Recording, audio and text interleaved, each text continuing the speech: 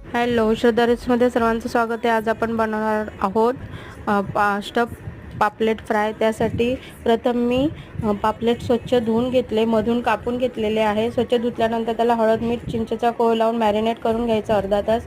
ते साईडला ठेवून द्यायचं। दुसऱ्या बाजूला मी ओले खोबरे, हिरवी मिरची, आलं, लसूण आणि कोथिंबीर आणि मीठ टाकले। त्यामध्ये पाणी अजिबात टाकायचे नाही आणि छान जाडसरच वाटून घ्यायचे आहे। त्यानंतर मी कढईमध्ये थोडे तेल टाकले आणि ती बनवलेली ग्रीन चटणी ती थोडी म्हणजे तेलामध्ये हे करून घेतली, 10 मिनटं होऊ दिली। नंतर दुसऱ्या बाजूला मी पापलेट जे आपले मॅरिनेट करायला ठेवले होते त्याला मसाला लावून घेतला आणि मध्ये जी बनवलेली ग्रीन चटणी होती ती थंड होऊ दिली आणि नंतर त्या पापलेटमध्ये स्टफ केली।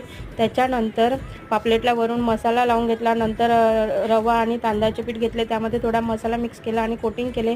नंतर तव्यामध्ये तेल टाकले, तेल गरम झाल्यावर त्यामध्ये ठेचलेला लसूण टाकला आणि पापलेट छान फ्राय करून घेतले। नक्की करून बघा, खूप छान लागतात। चॅनलला लाईक, शेअर, सबस्क्राईब